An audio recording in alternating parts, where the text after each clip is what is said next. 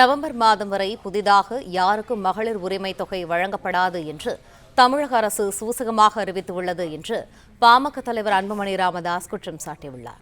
இது தொடர்பான கூடுதல் தகவல்களை எமது செய்தியாளர் பாண்டியராஜன் வழங்க கேட்போம். பாண்டியராஜன், இது தொடர்பான விரிவான தகவல்கள் என்ன? பாமக தலைவர் அன்புமணி ராமதாஸ் வெளியிட்டிருக்கக்கூடிய அறிக்கையில் உங்களுடன் ஸ்டாலின் என்பது திட்டம் என்பது ஊரை ஏமாற்றும் திட்டம் என அவர் குறிப்பிட்டிருக்கிறார்.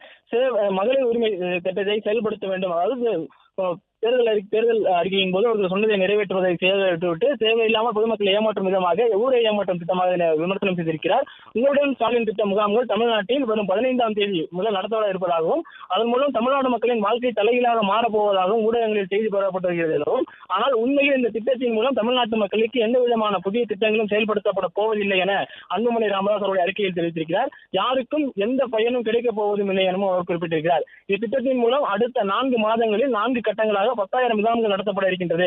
அந்த முகாம்களில் நகர்ப்புற பகுதிகளில் 13 அரசு துறைகளை சார்ந்த 43 சேவைகளும், ஊரக பகுதிகளில் 15 துறைகளை சார்ந்த 46 சேவைகளும் வழங்கப்படும் என தெரிவிக்கப்பட்டிருக்கிறது. வழக்கமாக மக்களுக்கு தேவைப்படும் ஜாதி சான்றிதழ், பிறப்பு சான்றிதழ், இறப்பு சான்றிதழ்கள், கலைஞர் கைவினை திட்டம், ஆதரவற்ற குழந்தைகளுக்கு நிதி உதவி திட்டம், முதியோர் உதவித்தொகை, பாதாள சகல இணைப்பு உள்ளிட்டவற்றிற்காகத்தான் இந்த முகாம்களில் பொதுமக்கள் விண்ணப்பிக்க முடியும். இவை வழக்கமாக கிடைக்கும் சேவைதான் எனவும் அவர் குறிப்பிட்டிருக்கிறார்.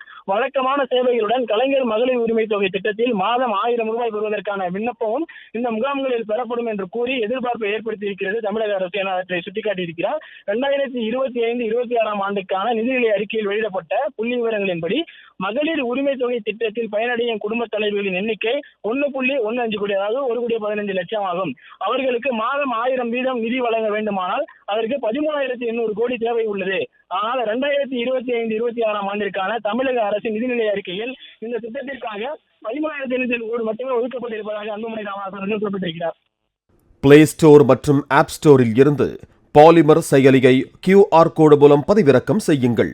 செய்திகளை உடனுக்குடன் பெறுங்கள்.